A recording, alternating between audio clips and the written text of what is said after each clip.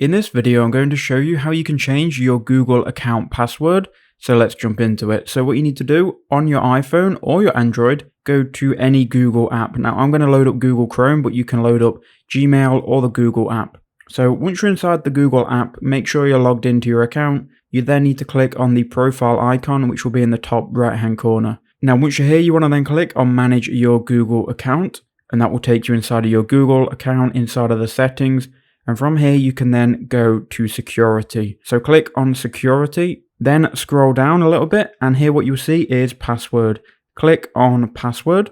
Now it's going to ask you to enter in your password, so make sure you then re-log in. And then once you've done that and you've re-logged in and entered in the current password, you can now enter in a new password, confirm that password, and then click change password.